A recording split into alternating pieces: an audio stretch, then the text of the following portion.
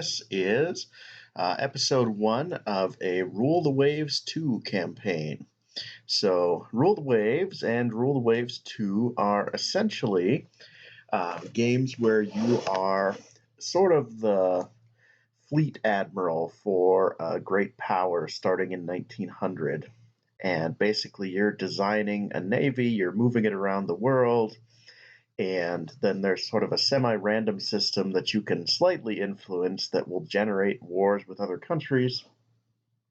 And when those happen, you have semi-randomly generated naval battles with them. And if you win the wars, you can take territory off them. If you lose, they can take territory off you. And that's what's happening on this kind of big map of the world here. A lot of this game is basically looking at spreadsheets. It's that sort of design. And so the graphics are not going to be anything particularly cutting edge, but I think it's a lot of fun to design ships and see how they do. So as you can see, we're starting in 1900.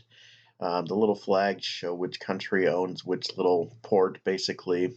The gray ones are independent or controlled by a power that's not one of the major powers. So, for example, Angola is Portuguese, Korea is independent, that sort of thing.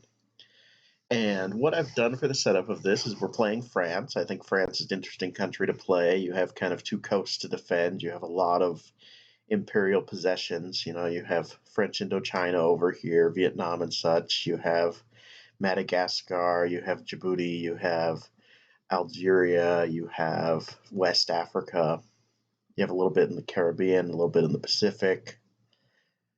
So you really have these global interests that you have to worry about, and your budget is large, but it's not as large as Britain or the US. I think it's about the same as Germany, and larger than Italy, Austria, or Japan, if you start with the historical budgets on, which is what I've done.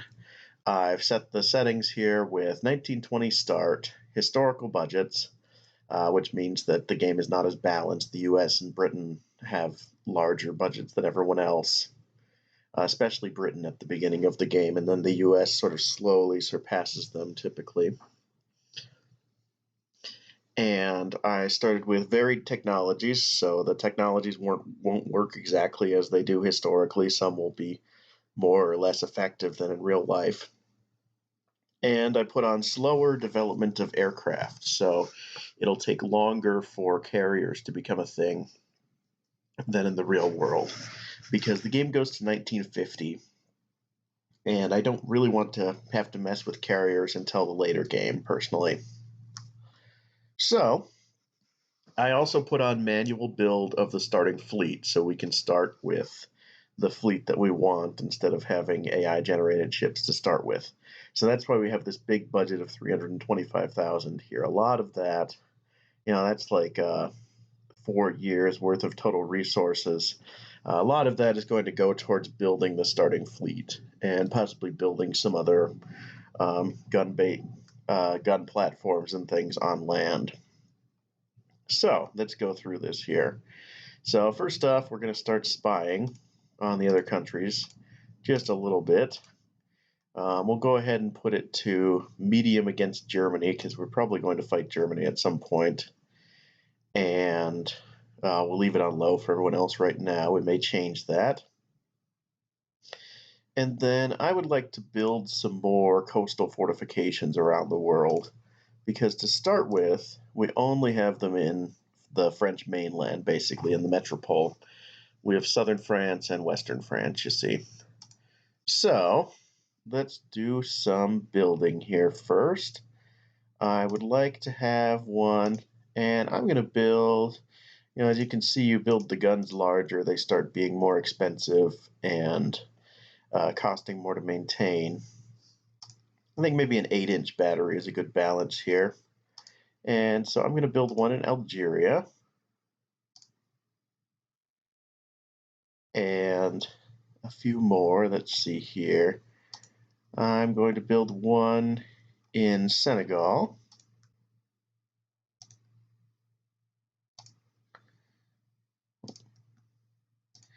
Let's see. One in Senegal. Okay.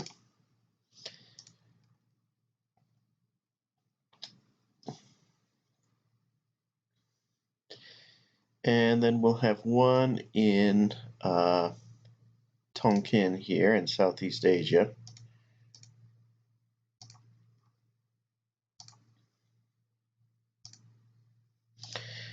And let's build one.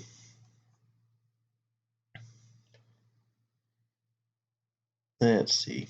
Oh, let's build one in our Chinese port here in Guangzhou. I think that's Guangzhou, what that is. And actually, I think I want one in the Antilles as well, in case we end up fighting the US. I don't plan on that, but like I said, the wars are generated semi-randomly. You have a little bit of control through events, but not that much. Next off, we're going to design our first ship. I'll go ahead and start by building a pre-dreadnought here. And you kind of have to come up with class names for yourself. So for example, just basically a way to organize what ships are what. So I'm going to name our pre-dreadnoughts all after French military figures. So this one's going, and I'll do the same with our dreadnoughts once we get them. So pre-dreadnoughts to dreadnoughts are going to be French, basically generals, admirals, that sort of thing. So this one will be Vauban. He was basically a fortress engineer. He designed a lot of the fortifications for France during the late 1600s, early 1700s, that sort of golden age of star forts and those elaborate geometrical multi-layered forts that you'll see in those days. And for displacement, we can go up to 16,000 tons. We'll start and see if we can build this in 11,000 tons. Low freeboard is almost always a bad idea. I'll go ahead and put it up to medium range. You might want long or extreme range for some of your cruisers so that they can go out and raid at great distances, but normally medium range I think is good. If you're in very constrained seas, if you're, say, Austro-Hungary, and you're basically just fighting in the Adriatic at the beginning, short can work. For now, we'll go with coal fuel. I don't believe we've discovered oil or diesel burning ships yet. And then for speed, we're not going to make this that fast. This is one of those battleships, and my idea for the Vauban is that it's kind of slow and heavily armored, kind of a fortress, if you will. So we're going to have a engine that can take it at just 18 knots. I believe these are knots. And you can see that engine work does take up a lot of our craft. We only have 6655 left in terms of room for armor and guns and that sort of thing. So we'll put in some belt armor. This is just kind of the main armor on the sides of the ship. And we want it to be thick, but can't have it too thick or it just won't fit on the ship. And at the beginning of the game, the guns are not as strong as they will become. So the armor is more effective against them. The pre-dreadnoughts, you can really kind of have them bash at each other for long periods and not be able to damage each other without a lucky shot. And that's kind of what we're going for here. So let's see what happens if I do a 7-inch belt. That takes up 1,873 of weight. And we're going to do 1.5 inches of belt extended. And then deck armor. What if we do a 2-inch of deck armor and 1 inch of deck extended? So the deck armor is the armor right on the top. That's important against bombs later on once you have airplanes dropping bombs. And it's also important for shells fired at very long range, sort of long shells going on a long plunging arc. Those can also hit the deck. But in general, most of the shots are going to hit the belt, which is why we're using much thicker armor for the belt than for the deck. Now, the conning tower, you want to very much arm your conning tower because that's where your commander is. That's where the ship is controlled from. It's the bridge. So we'll give that 10 inches. It doesn't add that much weight because the conning tower by itself is pretty small. And turrets. Again, you do want to armor your turrets because otherwise they can get hit easily and explode, and that can even blow up your whole ship. Big flash fire. So the turrets are getting the same 7 inches as the belt, and the secondaries are getting 5 inches. So, torpedo defense, I believe, has not been researched yet, so if I try to do this, it just won't work. So we'll start with putting some guns on this thing. And I can go, you can see how this switches to a 5. That means it doesn't exist yet. So I don't have 14-inch guns. My 13-inch guns are not of a great quality. 12-inch guns I do have, and they're of a decent quality. They're only quality -1. So let's try with some fore and aft main guns. And so we'll put fore, we'll put aft, and I don't know if we have double turrets yet, but I'm going to try and see what happens. Okay, apparently we do have double turrets, and we're going to need more than 30 rounds per gun. Put that up to, say, 100. And now, as you can see, we're getting pretty close to filling out the weight here.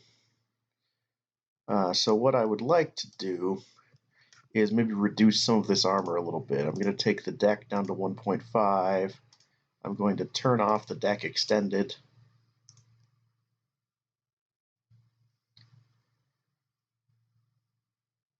And all right, now I've got 1100 left to build some smaller guns, so let's do that. So these two guns, you can see they're on the front and the back. You could sort of turn them both if you're broadsiding and fire on an enemy ship with both of them at once, so that's pretty good. Secondary guns, you can have casemates, you can have actual turrets. I like to have actual turrets. I feel like it works better. Fire control, we'll give it a central rangefinder. Give it 2 fire control positions in case one is shot off. And secondary guns. Let's say for secondary guns we put some 6-inchers on for more close-in work.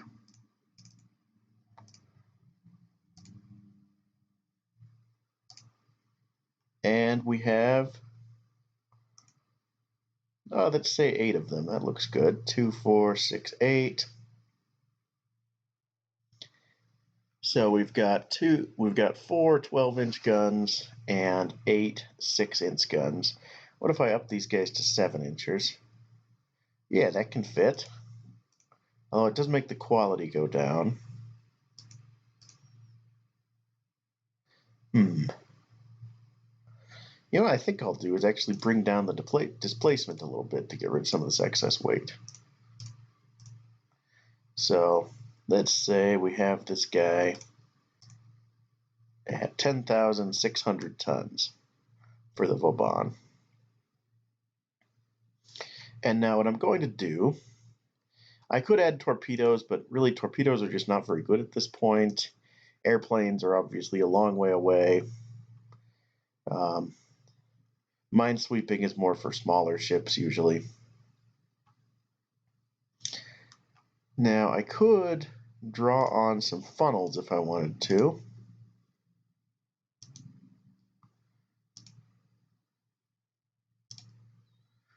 Yeah, you can see I can kind of plop some funnels on here.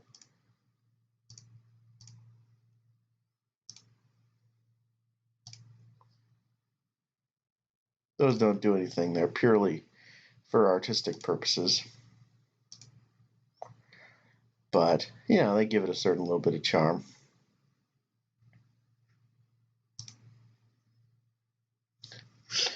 All right, the check design says that the secondary guns, we don't really know how to use secondary turrets yet, so their rate of fire is at -40. We can just accept that, or we can, say, switch these back into casemates. A much more kind of primitive design.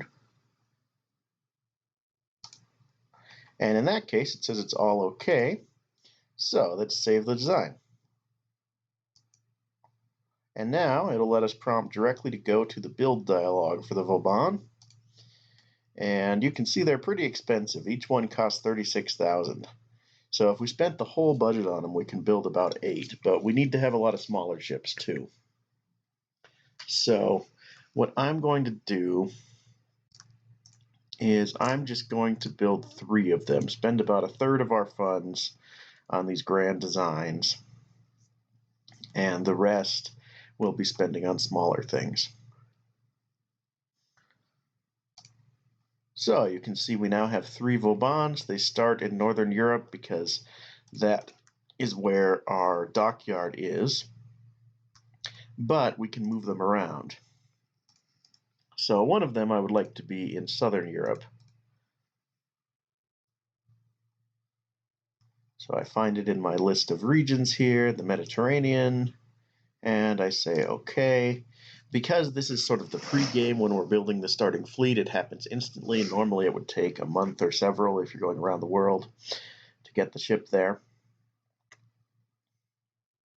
But in this case, that's all we have to do.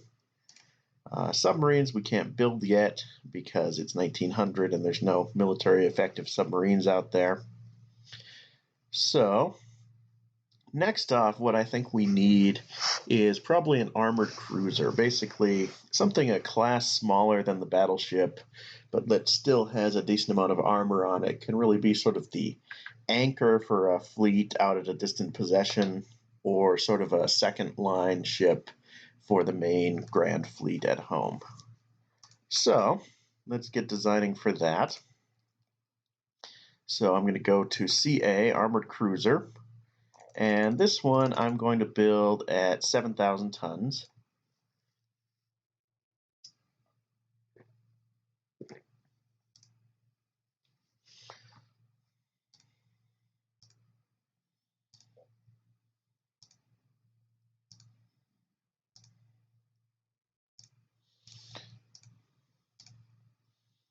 And I'm just drawing some funnels on there. Yeah, those look good. And for this class, for armored cruisers, I think I will name them after cities in France. So this one will be the Lyon. This will be the Lyon class. And for my armored cruiser, I'm going to go with a medium range for this one. I'm going to build a light cruiser with maybe a long or extreme range that can really go all over the place. But this one will just be medium range.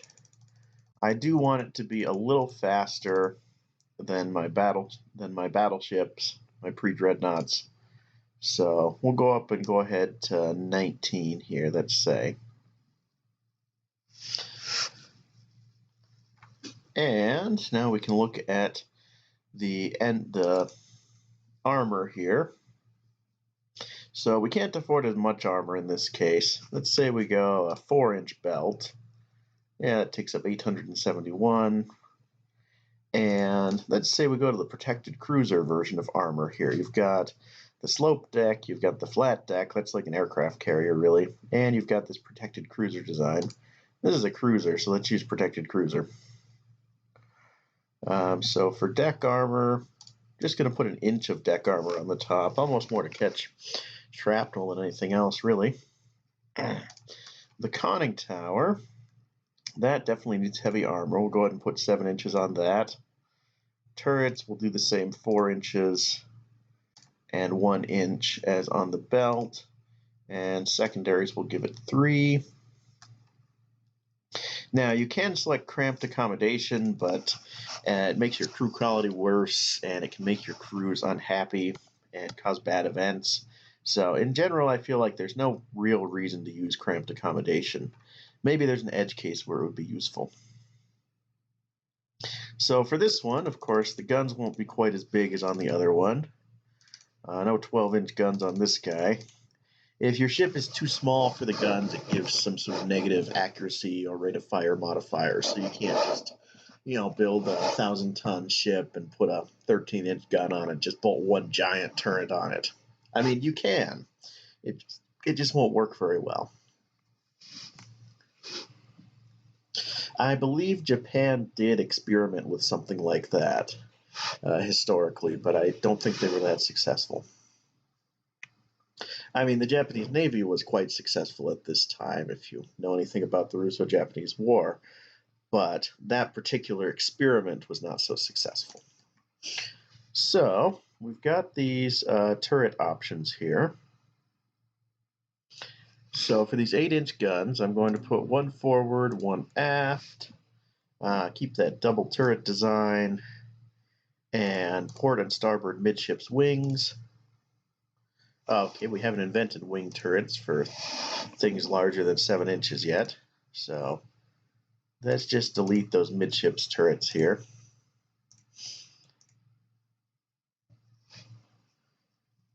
So now we've got the classic kind of fore and aft turrets here. You can see the turret arcs. Go ahead and put the rangefinder in, a couple of fire control positions. To be honest, I don't really know the top maximized strategies for this game. I'm still experimenting with it a bit, and so we'll see how well this all works, but I can't promise you these are the most efficient strategies or anything like that. Now, for secondary guns, let's use just some little 5-inch guns, maybe. Put a bunch of them on there. 12 of them, say. You can see them all lining up there. So we can put a lot of weight in the air. Now, we still have a little bit of mass available on this ship. I could up the main guns to caliber 9. I think I'll do that. And you can see if I look at gun data, it tells me a little bit here about how much range my guns can shoot through versus belt or deck. You can see it starts to actually be able to hit the deck with a 9,000 meter shot, or 9,000 yard shot. And that blue is called the immunity zone. Basically, that's the region where if I was fighting a copy of myself, if this ship was fighting itself, if it was at 8,000 yards, it could fire at the enemy and hit it, and it could not be damaged by itself very easily because the penetration is only 3.8 and the belt is 4 inches thick. I know it's a little odd if you've been watching the Kerbal Space Program or Children of a Dead Earth videos to suddenly go back to the Imperial system for things. That's what this game uses, probably because the Royal Navy used it at the time, I assume. So, we've got a little extra weight to work with. First off, I'm going to increase my belt thickness here, give it a little more armor. And then, what if we up the speed to 20? And then I might reduce the displacement a little bit. So let's say 6,500, and we'll go ahead and up it to 14 5-inch guns here.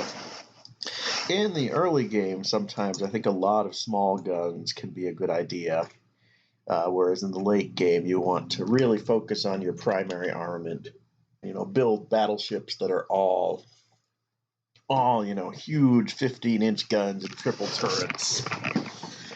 4 of them around the middle of the deck so that they can all turn and fire simultaneously. That sort of thing. And then, of course, in the later game, it all becomes carriers with escorts for the carriers of different sorts and land-based air. So, this is our armored cruiser. Let's check the model here. Okay, it says the secondary batteries are too cramped, so it's going to hurt our rate of fire. Also, I had forgotten to up the rounds per gun on my main guns. Let's up those to 110 here. That'll work better. And let's reduce the secondary guns to 12 and see what it thinks now. And now it tells me it's all okay. So we build the Leon, and we go to the build dialog. This one costs 23,000, so about 2/3 as much as the big one, which makes sense given that it's about 2/3 the size. And so we'll spend, say, 70,000 on getting 3 of these. So now we have 3 big ships, 3 smaller ships.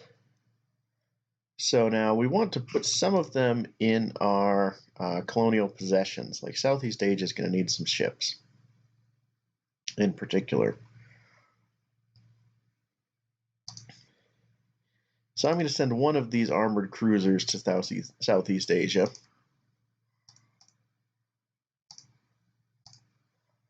And I'm also going to send one of these to the Mediterranean.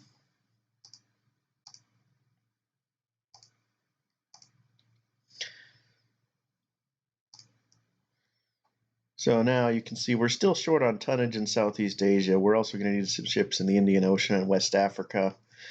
But I think that's going to be something for my light cruiser. Now, for my remaining ships we're going to build here, which is going to be basically a light cruiser and a destroyer, possibly 2 varieties of destroyer. Actually, what I think it'll be is 2 varieties of light cruiser. There will be sort of the colonial model, and there will be the home fleet model. And I'm going to skip through the designs on those and then just get back to you once they're done and show you what the ships are. Because you've already seen me sort of go through 2 designs. Wouldn't be that interesting to keep repeating that every time, so I'll just show off the ship once it's done. I am back, and these are the additional ships I've designed. We've got the light cruiser here for colonial stations, the Muse. You can see it's long range. It has this additional colonial service attachment on it. It has 4 6-inch guns and 8 4-inch guns and a light amount of armor, and it goes 20 knots. And I've got those sort of scattered around the French Empire. You've got West Africa, Southeast Asia, the South Pacific, the Indian Ocean. Well, the Indian Ocean is actually the Loire class, which is the next one we'll look at here. This is more like the home fleet design, although some of them ended up elsewhere to meet the requirements for that. And you can see it has, because it's medium range, it doesn't have the colonial service, it has more room to have slightly more armor, slightly faster speed, and several more 6-inch guns on it. So it's got a lot of little 6-inch guns here, although of course they're on the sides of the ships, so they can only fire in one direction at a time, but still it can put 5 guns on either side of it for a broadside. So that's pretty good. And then lastly, so I should be clear, the light cruisers I'm naming after rivers in France, so the Meuse, Loire. And then we've got the Curie-class destroyers here. At the beginning of the game, you can only build 500-ton destroyers. And so that's what I've got here. They've got a couple of 4-inch guns. They've got 2 torpedo tubes. They've got a couple of 2-inch guns on the sides. And you're not allowed to armor your destroyers except for I've got a little bit of armor on the conning tower, the bridge, essentially. And these ones are able to do minesweeping. I don't have any ships that are laying mines at present. I don't think I actually have that technology yet, but once we get there, it could be useful. And then the other thing I've done is I've got some ships under construction right now. So I've got 1 battleship, 1 colonial service light cruiser, and 2 destroyers that are all under construction as of the start of the game and will be done fairly soon. I think what it does is it assumes them to be half constructed. So you can get a little advantage by having a few of these. All right, and now we're in the real game as of January 1900. First thing we're going to do is increase our research fraction of the budget up from the standard 8 to 12%. Got to do that. And then we can set research priorities for different things. So I like having big dreadnought guns on there. I'm going to jump that up to high priority. And other than that, let's see. I would like having faster ships too, so let's jump that up to high priority for machinery development. Submarines are nice, but I'm not super interested in them right now. Let's see if there's anything else here that seems really necessary. And eventually more technologies are going to show up here once we have airplanes and zeppelins and all that sort of thing. It's definitely not practical, but I'm definitely going to set zeppelins to high priority and see if I can have some cool lighter-than aircraft flying around from my land bases. And let's see.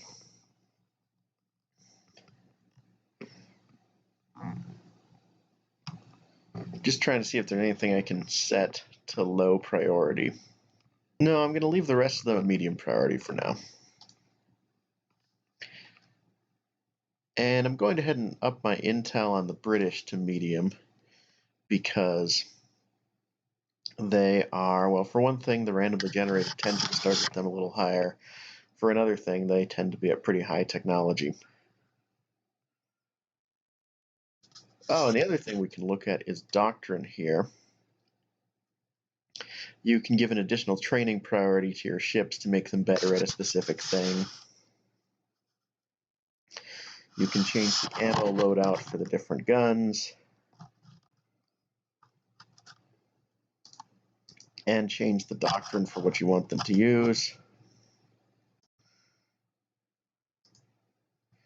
I think I'm just going to leave this automatic here in my case. We may come back to that in a bit. But for now, we have a little bit more room in the budget, so let's build something else. Let's go ahead and add a Leon class heavy cruiser in there. It'll cost 1,070 per month, and it'll take 22 months. And there, now we've got a Leon class being built as well. And now we're only saving 531 money a month out of our monthly budget of 7,000 a month, basically. Because you don't really want to save too much of your budget. Otherwise, you're a government agency. Central government's going to come in, say, hey, you're not using this for anything useful. We're going to take it away. Now, what I'm going to do is put some of these ships on reserve status. It'll save maintenance. When the big war comes, we'll mobilize them. Now, I can only do that with ships that are at a home base, so at a Northern Europe or the Med. And we'll go ahead and leave this battleship on non-reserve fleet status. It's the glorious pride of the fleet, But everybody else at home is going to be on reserve fleet. Yeah, see, if I try to do that, it's not in a home area, so I can't do it.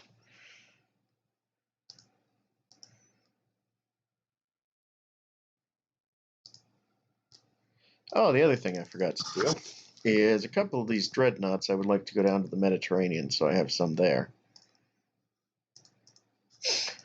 So I'll put those in the Med.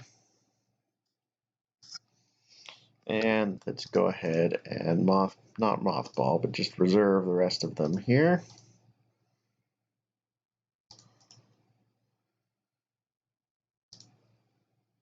And so now we're saving 873 a month.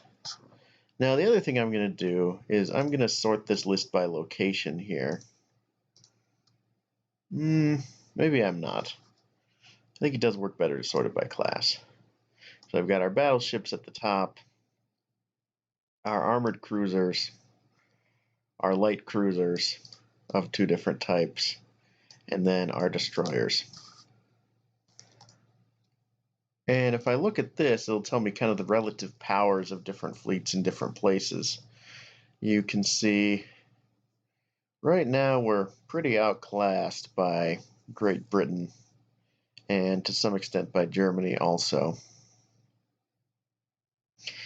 We do have parity in Southeast Asia with pretty much everybody, because we had to put a lot down there. But most places were kind of outclassed by our neighbors, unfortunately. Like the Med, although we'll have 2 extra destroyers in the Med pretty shortly. So we'll look a little better there. But the good news is we have a few years before any wars start, probably. And this will tell you which countries have oil right now. Right now it's only Austria-Hungary, Britain, and the US. So we can import oil, it's just more expensive and I believe difficult during wartime. So that's our first turn. And it tells me the other countries are building things. Nothing else happened that turn. Often there's random events or something.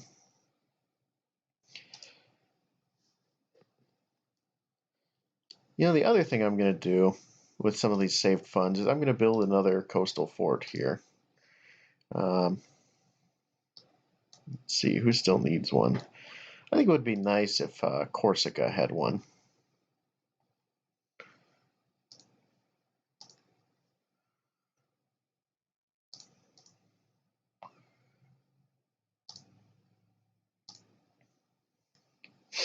So some of these turns we might just skip through, actually. And in battles, I'm going to try and skip through the less interesting battles, too, and really just show you the exciting parts. Not like the sort of confused cruiser actions where they can't find each other, but more just the dramatic things that happen.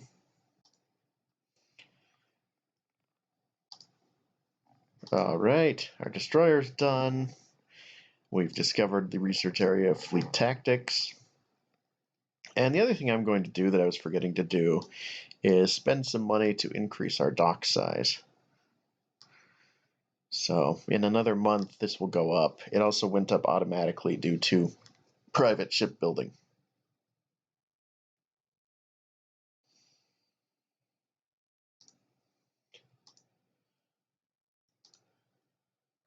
And see here, we've been able to spy on a Japanese battleship. You can see it's really pretty comparable to what we have. It has some submerged torpedo tubes. I don't really find those useful that early in the game, but I think the AI does. It's got 4 12-inch guns. Meanwhile, our battleships, let's see, so it's got 4 12-inch, 12 6-inch, 12 3-inch. And we have 4 12-inch and 8 6-inch. So I guess we're a little undergunned compared to it, but not terribly so. We both have the same big guns. Oh, and here's a couple of our destroyers that made it to the Med. Let's put them on reserve status.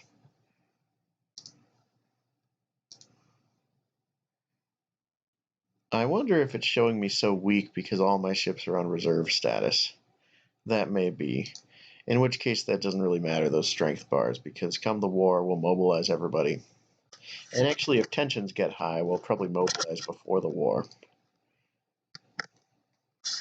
Alright, so here we've got an event where we can basically pick a country to pick a fight with. So I think it would be probably smart to start with an easier one. We'll start by picking a fight with, say, Italy. Maybe taking some of their Mediterranean possessions off them. And now, as you can see, the tension goes up a little bit with Italy.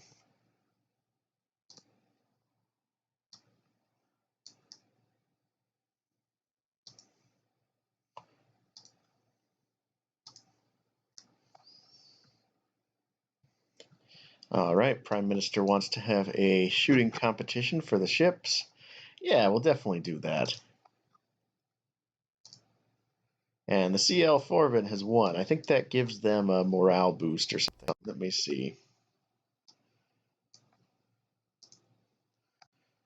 The CL Forvin. Well, I'm not sure. I think it gives them a morale boost. All right, we're starting to finish some of these constructions, so our monthly balance is up to 1603. That probably means we should start laying down another ship or two. Let's see. What would be some good ships to build? Why not a couple of Loire classes? That sounds good. Oh, and the other thing is these two destroyers got built. I'm going to keep them in Northern Europe and put them on reserve. And I think something else got built pretty recently here. Maybe not yet. Yeah, no, the Muse class is going to be built in a month, and we'll send it somewhere. Yeah, the Côte Lagon. All right, so let me look over here and see where I want to send the Côte Lagon.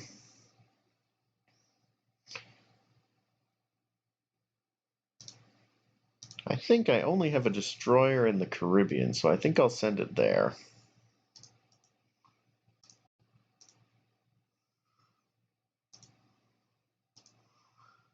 All right. These are basically just intelligence reports because I have my spies looking for them. So Italy's building a coastal battery in Rhodes. Great Britain is inventing better steam engines. You know, the sort of things you expect these countries to do, really. And they want to sell ships to a South American country. This could possibly get our technology in the enemy's hands. Honestly, I don't think we're particularly ahead in technology, so let's go ahead and get that budget increase. And we've invented the improved surface condenser, so future ships will be slightly less heavy with their engines.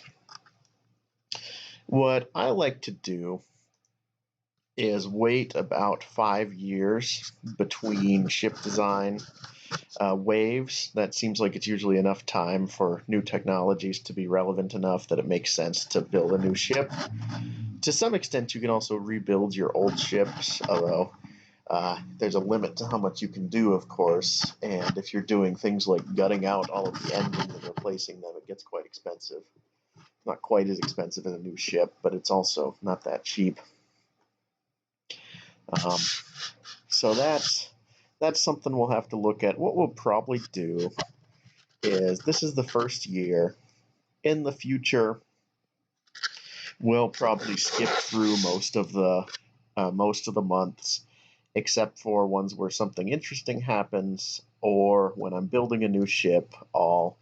If it's a new ship class that I've never built before, like the first dreadnought, the first battle cruiser, the first carrier, I'll actually show that long form. Otherwise, it'll just be like I showed off the Loire, the Muse, the Curie, and it'll just be, here's the ship I built. And then basically we'll just probably go skipping through months unless something interesting happens. We build new ships or design new ships, or there's a war. And for the wars, I feel like a lot of playthroughs of this game I've seen, they get really bogged down in every individual battle. I have it set on what's called, I believe, Admiral's mode. Let me see. Yes, which means I have not that much control over what my ships do. I basically get to take the flagship and say, go here, and the AI basically controls everything else. So I find that more interesting because, in my opinion, what this game is really about is designing the fleet and not really commanding the individual battles. That wouldn't really be the fleet admiral's job. That would be the job of somebody else, most likely. So that's how I think of it. It means that my ships are going to do less well in wars, but I find it more interesting personally. And I think it'll mean that the battles will go by faster because I'll skip through the sort of small scale battles. I'll probably just tell you the results. And for the big ones, I won't be having as much to do. It'll be more just point them at the enemy and watch the explosions. So, signing off for today. Thank you very much for watching. And we will see you next episode as we enter 1901 with the French Navy.